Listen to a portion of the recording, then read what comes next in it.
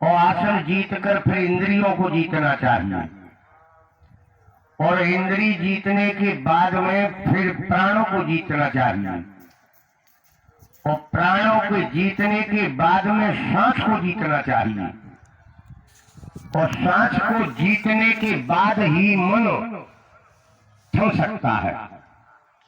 और तुमने आसन भी नहीं जीत पाया, क्योंकि बाबा बोले वो 1 घंटा के 1.5 के 2 घंटा तब तक इतको करोट ले लेंगे, कहूं तको ले लेंगे।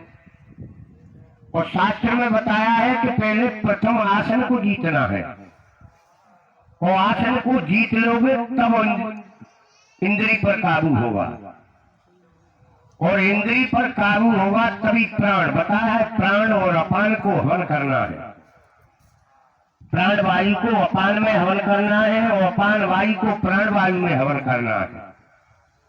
ये नहीं ये कुंड में, इसमें एक कुंड है, उसमें प्राण को अपान में दान करना है और अपान को प्राण में दान करना है।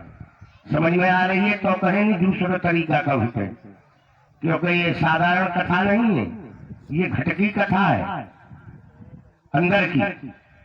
वो तुमने कथा सुनी होगी बाहर की, तो बाहर की कथा में और अंदर की कथा में कुछ अंतर है तो बड़ी कम समझ में आएगी।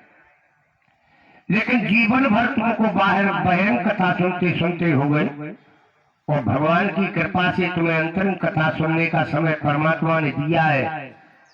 तो 1 बार समझो, 2 बार समझो, 4 बार समझो। यहाँ ये तो है नहीं कि 7 दिन ही होगी, कि 8 दिन होगी, कि 1 महीना होगी। यहाँ तो अनिश्चित काल तक ये बाबा जीवित रहेगा तब तक होगी, लेकिन तुम सुनने आओगे तो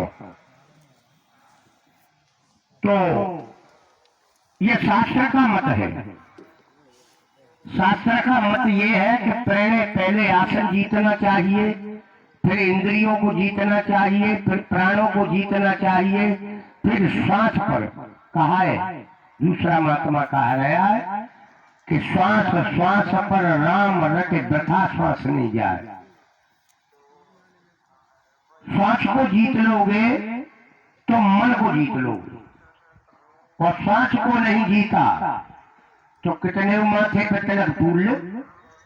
हाँ, अभी तिलक करे कौ दिन मन बगरवा दे, कितने माला डाल ले, कहो माला उतरवा के पढ़निया परवाए दे मन, और परवाए बोतन पे। देखा होगा तुमने भारत के कुछ महात्मा जेल में बन रहे, तो पढ़निया ही तो परगो है। कौन परवाई? मन ने क्या बिन ने? मन ने।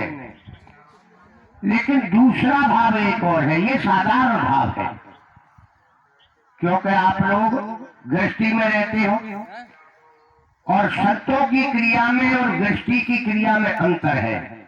लेकिन उसका जाओगे कहाँ? मार गई कहीं, लेकिन रास्ता अलग है।